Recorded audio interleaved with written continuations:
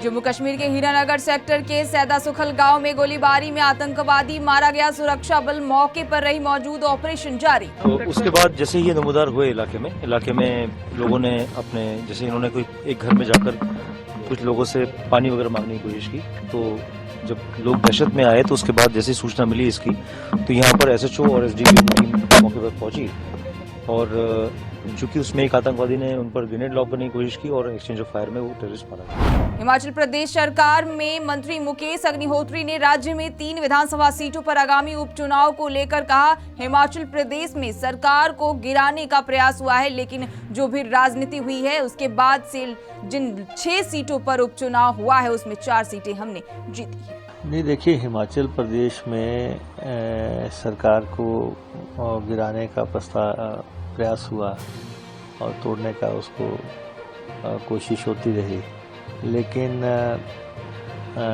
जो भी राजनीति हुई उसके बाद 9 सीटों पे चुनाव का फैसला हुआ। इनमें 6 का चुनाव हो चुका है और उसमें से 6 में से हम 4 सीटें जीत चुके हैं और इसलिए हमारी सरकार जो है 38 के आंकड़े के साथ स्टेबल हो चुकी है। हमारी सरकार अब स्थिर सरकार है, स्टेबल गवर्नमेंट है। आंध्र प्रदेश में केंद्रीय मंत्री रामदास अठावले ने कहा, मैं यहां NDA नेता और RPI के अध्यक्ष के तौर पर आया हूं। मुझे बेहद खुशी है क्योंकि चंद्रबाबू नायडू शपथ लेने जा रहे हैं। I came here as a NDA leader and the president of RPI. And I am also very happy because Chandrababu Naidu's victory is here in Andhra Pradesh. Therefore, today he is going to take the oath. Therefore, on behalf of NDA, I am present here in Vijayawada. And tomorrow I will attend the function of oath of Chandrababu Naidu. Bhajpa प्रदेश अध्यक्ष मनमोहन सामल ने कहा, अच्छे ढंग से और अच्छी सरकार चलेगी। कल शपथ ग्रहण समारोह होने के बाद शुरुआत अच्छी होगी। हो गया, अच्छे ढंग से चलेगा, अच्छी सरकार चलेगा, शुरुआत अच्छी होगा।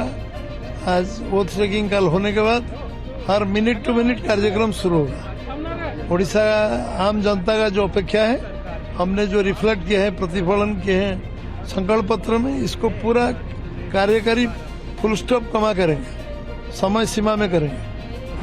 हिमाचल प्रदेश विधानसभा के नेता प्रतिपक्ष जयराम ठाकुर ने कहा, लोकसभा चुनाव और उपचुनाव के बाद यह हमारी विधायक दल की पहली बैठक थी। आने वाले समय में जो 3 सीटों पर उपचुनाव होने हैं उन सभी पर हम चर्चा करेंगे। देखिए, विधायक दल की बैठक विधानसभा के उपचुनावों के बाद और लोकसभा के चुनाव के बाद ये पहली बार हो रही है और ये चुनाव के बाद पहली बैठक, स्वाभाविक रूप से चर्चा होगी इस पर भी।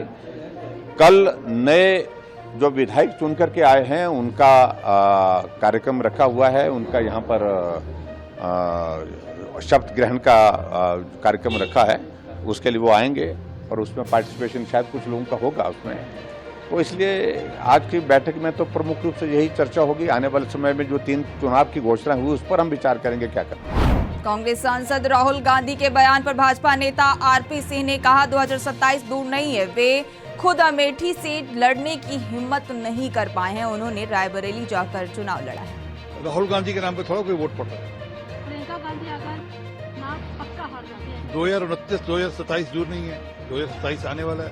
तैयारी करें और 2029 की कोशिश करें, 5 साल बाद की भी कोशिश करें। असल में क्या है कि खुद अमेठी से लड़ने की हिम्मत नहीं कर पाए, खुद जाकर रायबरेली जाकर चुनाव लड़ा। और कौन सी उड़ी बात है, अभी रायबरेली खाली होगी ना, चुनाव लड़ा ले रायबरेली से प्रियंका वाड्रा को, पता लग जाएगा, दूध का दूध पानी का पानी हो जाएगा। बिहार के पूर्व उप मुख्यमंत्री तेजस्वी यादव के बयान पर समस्तीपुर सीट से लोक जनशक्ति पार्टी यानी रामविलास के नवनिर्वाचित सांसद शांभवी चौधरी ने कहा, विपक्ष का काम है, विपक्ष कुछ ना कुछ तो बोलेगा, लेकिन हमारा मानना है कि NDA बहुत सफल तरीके से सरकार बनाई है। कुछ तो बोलेंगे विपक्ष, हम हमेशा कहते हैं विपक्ष का काम है, विपक्ष कुछ बोलेंगे, पर हम मानते हैं कि बहुत सफल तरीके से और बहुत अच्छे से, बहुत शांतिपूर्वक हमने सरकार बनाया है। बहुमत की सरकार हम बनाए, ऐतिहासिक है, तीसरी बार प्री पोल अलायंस में हम सरकार बना रहे हैं। तो हम मानते हैं कि इसमें कोई भी कहीं भी संदेह नहीं है कि मतलब आगे चल के सरकार नहीं चलेगी, बिल्कुल चलेगी, बहुत अच्छे से चलेगी। हमारे सारे अलायंस पार्टनर्स इंटैक्ट हैं और हम सब उत्साहित हैं। दिल्ली सरकार में मंत्री और आप नेता गोपाल राय ने कहा, पिछले 2 महीने से आचार संहिता के कारण गतिविधियां काफी धीमी थी। आज हमने पर्यावरण व वन विभाग अधिकारियों के साथ बैठक की है, उसमें निर्णय लिया है कि इस साल हम समर एक्शन प्लान करेंगे। आज हमने, क्योंकि पिछले 2 महीने से आचार संहिता लगी थी, तो उसको देखते हुए अभी जो गतिविधियां थी काफ़ी स्लो थी। आज हमने पर्यावरण विभाग और वन विभाग के अधिकारियों के साथ बैठक की है और उसमें निर्णय लिया गया है कि जैसे पिछले साल हमने विंटर एक्शन प्लान के साथ साथ समर एक्शन प्लान बनाया था, उसी तरह से इस साल भी हम समर एक्शन प्लान बनाने जा रहे हैं और उस समर एक्शन प्लान के तहत दिल्ली के अंदर जो है सरकार अपने काम को आगे बढ़ाएगी। इसके लिए 13 तारीख को 12 बजे दिल्ली सचिवालय में जितने कंसर्निंग डिपार्टमेंट्स हैं अलग अलग उनकी बैठक बुलाई गई है और हम 13 तारीख को अपना समर एक्शन प्लान जारी करेंगे।